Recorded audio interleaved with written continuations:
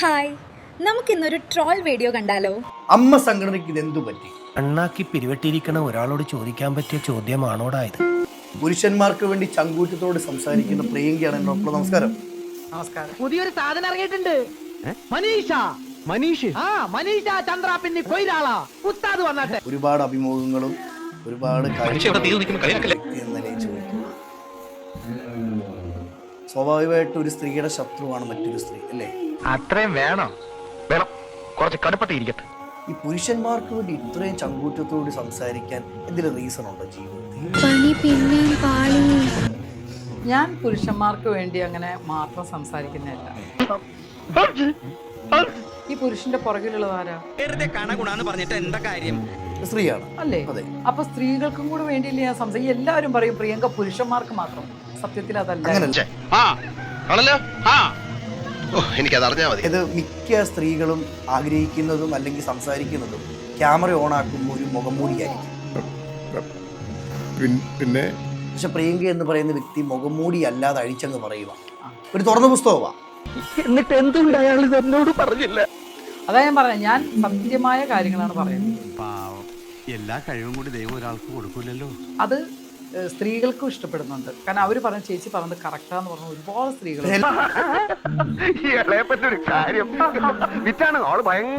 നമ്മുടെ എല്ലാവരും അംഗീകാരം നോക്കി നമുക്ക് വലുതും നടക്കുവോ? ഇല്ല, ഒന്നും നടക്കില്ല.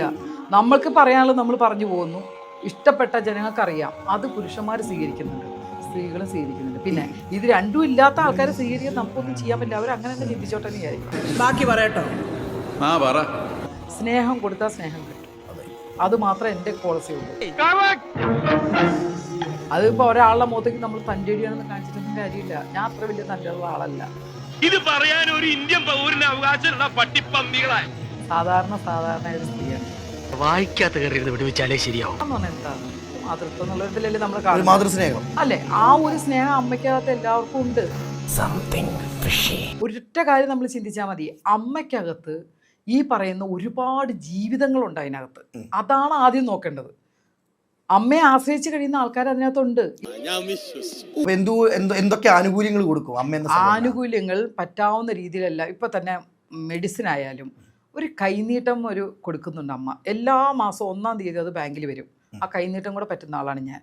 അത് പറയാൻ നാണക്കേടില്ല. ഈ അമ്മയുടെ പൈസ കൈപ്പറ്റിയിട്ട് അല്ലെ അമ്മയുടെ അന്നം കഴിച്ചിട്ട് പിന്നിൽ നിന്ന് കുറ്റം പറയുന്ന ഒരു വ്യക്തിയാണോ പ്രിയങ്ക? അയ്യോ, അങ്ങനെ പറഞ്ഞൂടാ. എനിക്ക് ഇന്ന് വന്നിരിക്കുന്ന ഒരു പ്രശ്നം എന്താണ്? എന്ത് പറ്റി? ഞാൻ സപ്പോർട്ട് ചെയ്തു ടിനി എന്ന് പറഞ്ഞ കാര്യത്തിൽ. അതേതായാലും നന്നായി. കുടുംബത്തിൽ പറഞ്ഞവർ ഇങ്ങനെ തന്നെ ചെയ്യണം. നിങ്ങളുടെ സംഘടന നടക്കേണ്ട ഒരു കാര്യം, നിങ്ങൾ ചർച്ച ചെയ്യേണ്ട ഒരു വിഷയം, ഇത് മാധ്യമങ്ങളിലേക്ക് എത്തിക്കേണ്ട ആവശ്യമുണ്ടോ? അതാണ് എൻ്റെ ഏറ്റവും വലിയ വിഷമമുള്ള ഇപ്പോഴത്തെ അവസ്ഥ.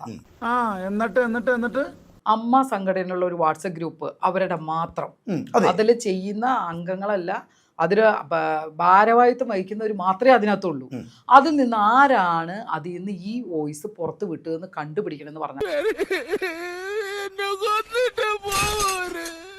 ടിനീട്ടോം സംസാരിക്കേണ്ട വേളയിൽ എന്തിന് പ്രിയങ്ക സംസാരിച്ചു?